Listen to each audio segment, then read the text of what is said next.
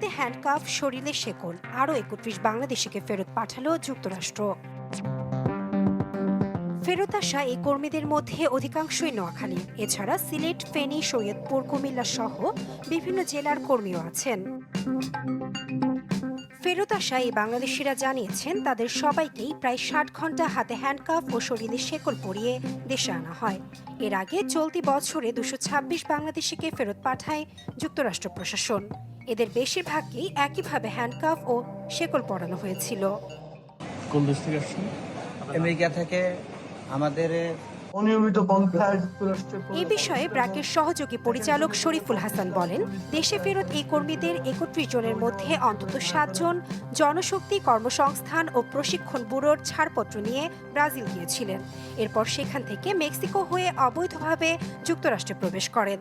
এরপর তারা যুক্তরাষ্ট্রে বসবাস